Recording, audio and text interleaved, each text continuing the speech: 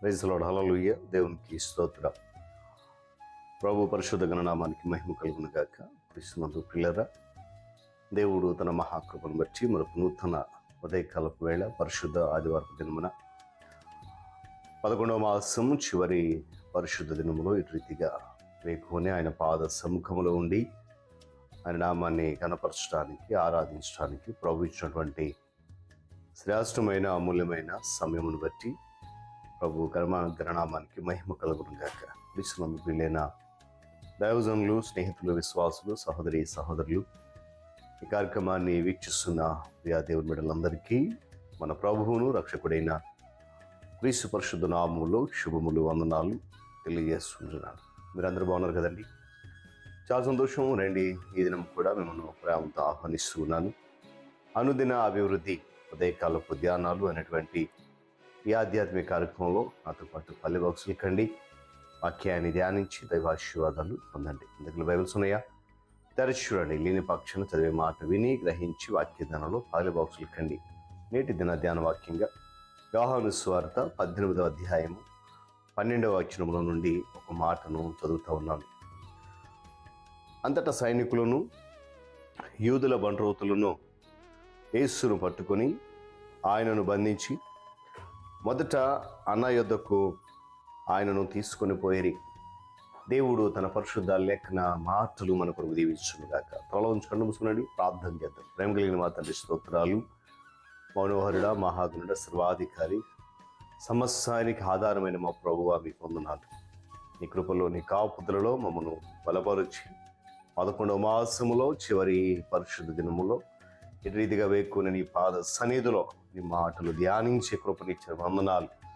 సహాయం అనుగ్రహిస్తున్నందుకు కృతజ్ఞతలు చెల్లిస్తూ మీరు ఘనత పొందండి, మహిమ పొందండి. యేసు నామమున అడుగుతున్నాం తండ్రి, ఆమేన్. చాలా సంతోషం. పిల్లల చదవబడిన వాక్య భాగంలో మనము కొద్ది నిమిషాలు ధ్యానం చేద్దాం. ఈ మాటను మనం గమనించినప్పుడు మనకు జ్ఞాపకం రావాలి ఒక సందర్భం, ఒక సంఘటన.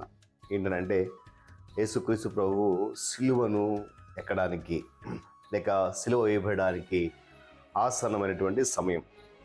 ఆయన లేఖనాలు చెప్తున్నట్లుగా, ప్రవచించబడినట్లుగా మనుష్య కుమారుడు పాపుల చేతికి మనుషులకు అప్పగించబడతాడనేటువంటి వాక్యం.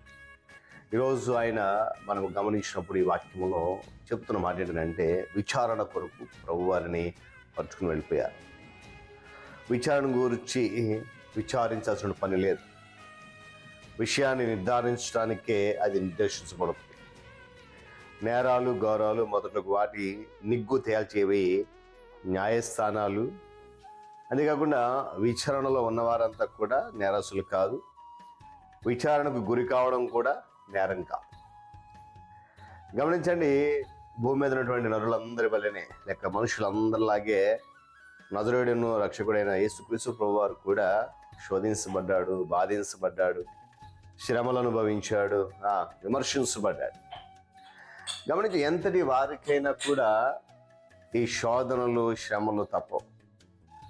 మనము క్రీస్తు ప్రభువారి కంటే అతిథులమేం కాదండి. దాసుడు యజమానుని కంటే గొప్పవాడు కాదు. బొగ్గుమనేటువంటి కొలిమిలో కాలిన తర్వాతే బంగారం నిగ్గు తేలుతుందట. తర్వాత కళకళలాడుతుంది, తళతళ మెరుస్తుంది. కలలు అందుకంటాడు, నేను శోధించబడిన తర్వాత సువర్ణములు కనబడిన యువ భక్తుడు చెప్తున్నాడు, పరీక్షలు లేని చోట గెలుపు ఉన్నదు.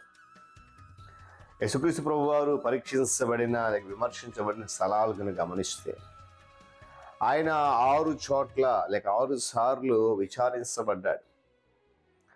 మొదటి 3 సార్లు యోధా పెద్దల ఎదుట, తదుపరి 3 సార్లు రోమా అధిపతుల ఎదుట విచారణకు గురైన ఆయన. మనం చదివినటువంటి వాక్య భాగంలో మొదటి విచారణకు ఎవరి దగ్గరికి తీసుకొని పోబడ్డాడంటే అన్న అనేటువంటి ప్రధాన యాజకుని దగ్గర తీసుకుపోబడ్డాడు.